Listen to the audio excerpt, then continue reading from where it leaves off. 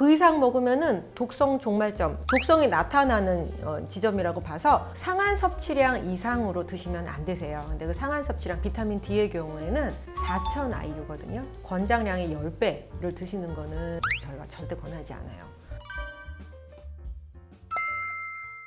안녕하세요. 영영스 박박사입니다.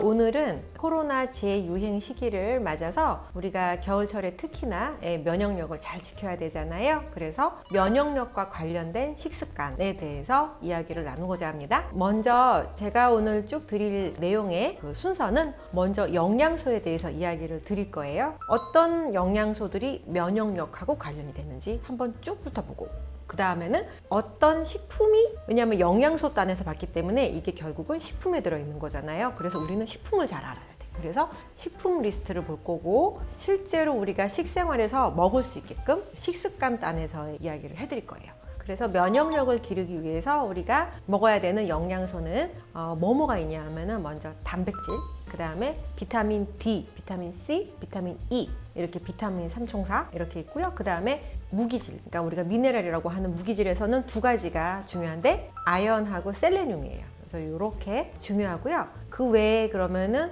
지방은 우리 몸에 안 중요해요 라고 할 텐데, 지방 중에서 오메가3 중에서도 DHA, EPA 중요하고요. 마지막으로 허브류에 들어있는 기능 성분들, 이러한 것들이 면역력에 도움이 됩니다.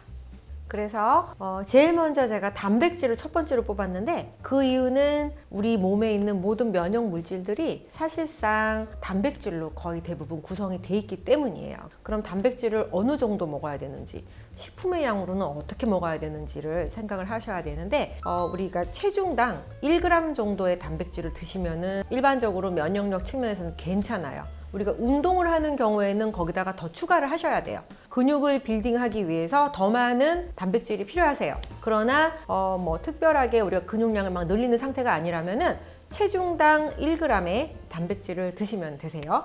그러면은 내가 60kg면은 그럼 나 단백질은 한 60g 먹으면은 면역력 측면에서는 괜찮겠다, 이렇게 생각을 하실 거잖아요. 그러면은 그래요. 단백질 60g이 식품으로는 얼만데? 라는 생각이 드실 거예요. 식품으로는 곱하기 6을 하시면 대부분 맞으세요. 만약에 60kg의 성인이면은 곱하기 6을 하면은 360g 정도예요. 그러니까 고기양으로. 그 다음으로는 이제 비타민 D, 그 다음에 C, E에 대해서 한꺼번에 제가 설명을 드리려고 하는데, 비타민 D 같은 경우에는 이제 권장량이 400 IU라는 단위를 쓰는데, 400 IU가 우리 영양 권장량이에요. 그런데 우리가 이제 영양제 같은 거 구입을 하실 때 뒤에 영양 표시면을 보면은 400 IU라고 보통은 안 써 있고 10 마이크로그램이라고 써 있을 거예요. 그래서 그러면 내가 10 마이크로그램의 비타민 D를 먹으면은 충분하다 생각을 하실 수가 있는데, 코로나 관련돼서 면역력 관련돼서 요즘하게 얘기되기로는 이거보다 좀 더 먹어도 괜찮겠다 라는 그러한 권고사항들이 나오고 있어요. 예를 들어서 영국이나 스위스 같은 북쪽에 있는 여러 나라들에서는 섭취량을 좀 더 높여서 이야기를 하고 있어요. 그래서 겨울철에는 2000 IU를 권하고 있습니다. 겨울철에는 아무래도 햇볕을 못 보기 때문에 우리가 몸에서 합성을 아무래도 적게 해요. 그러다 보니까 지금 권장량의 5배에 해당하는 2000 IU를 우리가 섭취를 해야 된다는 이야기를 하고 있습니다. 그런데 중요한 게 있어요. 비타민 D에서 그 시중에 나와 있는 우리 제품들이나 이런 걸 보면은 비타민 D가 요즘하게 필요하다 보니까 곳곳에 넣어놓거든요. 식품업자들은 또 이게 또 비타민 D를 넣게 되면은 기능성 스토리가 되기 때문에 넣게 돼요. 그러면 어떤 일이 벌어지냐 하면은 우리가 이제 상한 섭취량이라고 정해놓은 게 있어요. 우리 영양학자들이 그 이상 먹으면은 독성 종말점, 독성이 나타나는 지점이라고 봐서 상한 섭취량 이상으로 드시면 안 되세요. 근데 그 상한 섭취량 비타민 D의 경우에는 4,000 IU거든요. 권장량의 10배를 드시는 거는 저희가 절대 권하지 않아요. 그래서 제품을 여러 개 드시는 것까지는 좋은데 다 더해보세요. 더해서 넘는다 그러면은 그거는 드시면 안 되세요. 그리고 비타민 C 얘기 드릴게요. 비타민 C는 좀 우리가 식품으로 잘 섭취를 할 수가 있어요. 비타민 C 같은 경우에는 이제 딸기 10개 드시면은 비타민 C 이제 100mg 정도가 이제 들어와요. 이제 100mg이 우리 권장량이란 말이죠. 그러니까는 권장량만큼 먹으려면은 딸기 10개, 그 다음에 귤 3개 정도, 키위 이제 1개 반 정도 드시면은 하루 필요한 비타민 C의 양을 보충하실 수가 있는데 비타민 C도 방금 아마 느끼셨겠지만 우리가 면역력을 더 고려한다면 비타민 C는 조금 더 코로나에 걸렸다면 더욱더 더 많이 드실 만한 부분이거든요. 그래서 코로나 걸리셨다 그러면은 비타민 C 같은 경우에는 2g까지 2000mg이죠. 까지 드시는 거 괜찮아요. 또 여러분들 아시다시피 이제 비타민C 메가도스 하시는 분들은 6g 정도 많이 먹거든요. 근데 사실은 이거는 우리가 학자적인 측면에서는 절대 권하지 않아요. 이유는 2g 이상 먹으면은 아까 말씀드렸던 독성 종말점 얘기가 또 나오거든요. 그러니까 2g이 상한 섭취량이에요. 그러니까 그 이상을 먹으면은 우리 몸에 거꾸로 나쁜 영향을 미칠 가능성이 매우 높단 말이죠. 그래서 6g은 권하지 않고요. 일반적으로 평상시에는 코로나 관련돼서 예방을 하겠다라고 그러면 한 100에서 500mg 정도 드시는 거를 저는 권합니다. 면역력에 중요한 무기질은 아연하고 셀레늄이 있거든요.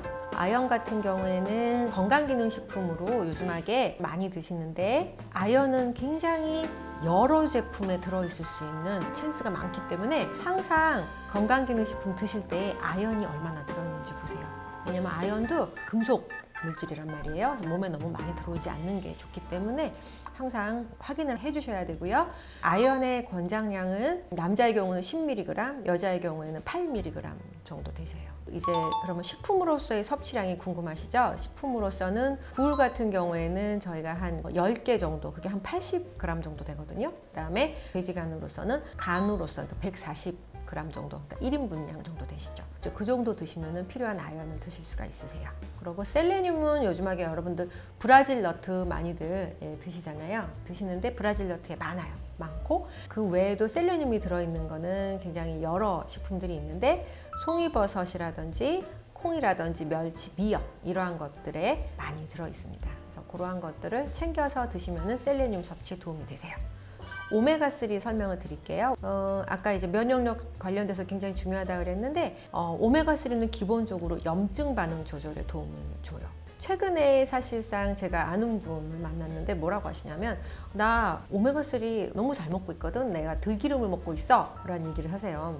제가 그건 너무 잘하셨습니다 라고 말씀을 했지만 DHA, EPA를 근데 드셔야 되세요 라고 하면은 나 들기름 먹거든. 이렇게 말씀을 하세요. 아니거든요. 들기름은 그것도 당연히 우리 몸에서 이제 전환이 돼서 DHA나 EPA를 만들어서 쓰는데 나이가 들수록 문제는 DHA, EPA를 충분히 빠르게 잘 못 만들어내요, 상대적으로. 그래서 DHA, EPA는 2020년도 영양 섭취 기준이 새로 나왔는데 DHA, EPA가 우리 몸에 필요한 거야. 그래서 이제 어유를 섭취하시면 DHA랑 EPA가 둘 다 들어있고요. 그러다 보니까 어유는 어떻게 먹느냐? 그래서 이제 고등어 한 토막에 들어있는 오메가3의 양은 1300mg 정도 돼요. 일반적으로는 영양 권장량 측면에서는 한 200mg 이상 보통 많이 권장이 되는데 우리 몸의 체내 역할을 하는 수준으로 봤을 때는 사실상 500mg 이상을 권하고 있고요. 식약처에서 오메가3 관련돼서 기능 용량으로 제시하고 있는 게 500mg에서 2000mg까지를 우리가 기능 용량으로 얘기를 하거든요. 그러니까 그 정도 드시면 괜찮아요. 또는 우리가 보충제로서 많이 오메가3는 먹을 수가 있고요. 보충제를 선택한다고 한다면은 DHA하고 EPA가 둘 다 들어있는 것을 저는 권하고 싶고요. 이유는 이제 EPA 같은 경우는 좀 더 혈관 건강하고 관련이 되는 데이터들이 좀 더 많이 있기 때문에 그렇고 이제 DHA 같은 경우에는 두뇌의 구성 성분이기 때문에 성장기의 학생이라든지 어린이라든지 그 다음에 이제 임산부라든지 이런 경우에는 이제 DHA가 이제 풍부한 보충제를 드시면 좋아요. 그 다음으로는 이제 기능 성분들을 섭취를 하셔야 되는데 아까 제가 설명드렸듯이 여러 가지 허브류들에 들어있는 여러 가지 면역력에 좋은 성분들이 있어요. 예를 들어서 녹차에 들어있는 카테킨, 그 다음에 황기에 굉장히 몸에 좋은 성분들. 여러분들 이제 아슈아간다라고 들어보셨나요? 그러한 것들도 지금 면역력 관련돼서 데이터들이 좀 많이 나오고 있는 거고 그 팔미토일 에탄올 아미드라는 PEA라는 성분이 있는데 이게 달걀 노른자에 있거든요. 그래서 이 성분도 이제 코로나 관련돼서 특히 후각이 둔해졌을 때 효과가 있다라는 얘기가 있기 때문에 이 PEA 성분도 좋고요. 그 다음에 이제 허브류 중에서 이제 에크니시아나 이러한 것들도 코로나와 관련된 면역력 증가에 많이들 거론이 되고 있는 데이터들이 좀 있는 상태예요. 글루타민, 아르기닌 같은 아미노산도 면역력 증가 관련돼서 데이터들이 있는 상황입니다. 그다음에 이제 프로바이오틱스가 추가로 있는데요.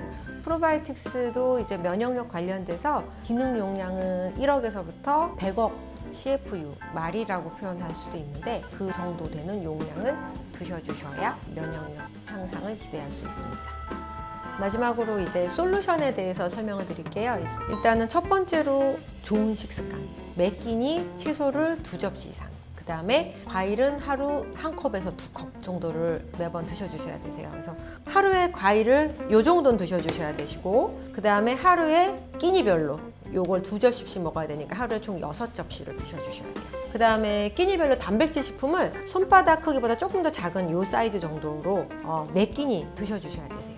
그 다음에 아까 말씀드렸다시피 오메가3가 정말 중요하거든요. 면역력에서 주별로 요거보다는 사실 한 요만하면 좋겠죠. 그렇죠? 그래서 2, 3회 이상의 생선을 드셔주세요.